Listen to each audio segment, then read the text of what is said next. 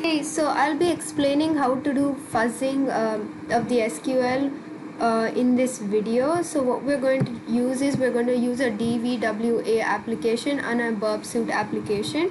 On a DVWA application, first what we want to do is you just want to go to SQL injection, click input any input. Now you go to your proxy tab and then you go to intercept and then you click on HTTP request, go all the way down. You can see that the SQL thing has been here.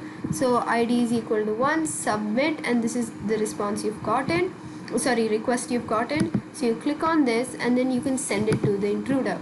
So now the intruder tab, you can click on the position. So now basically in this place you can figure out the position where you want the payloads to be inserted in the base request. Then the attack time will determine the way in which the payloads will be assigned to the payload positions. So now we want to clear all this. Now this is where I want the payload to be inserted, so I'll be adding this thing here.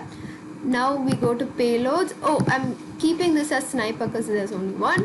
Go to payloads, payload set 1, payload type simple list, load, and you can load your file.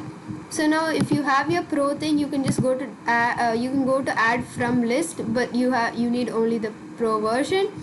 So I have the community version, so I'll be just adding it. It's a very simple small list. We might not get the results, but you can see how it works.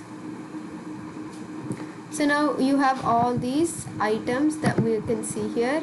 So you can click on one and you can look at the response, render, and you'll see how it looks in the table. So if you go to 0, so now this is how it looks.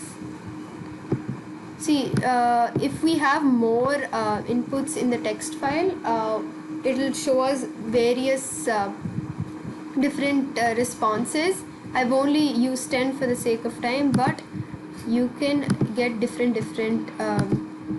outputs. So thank you, that's all I have for today.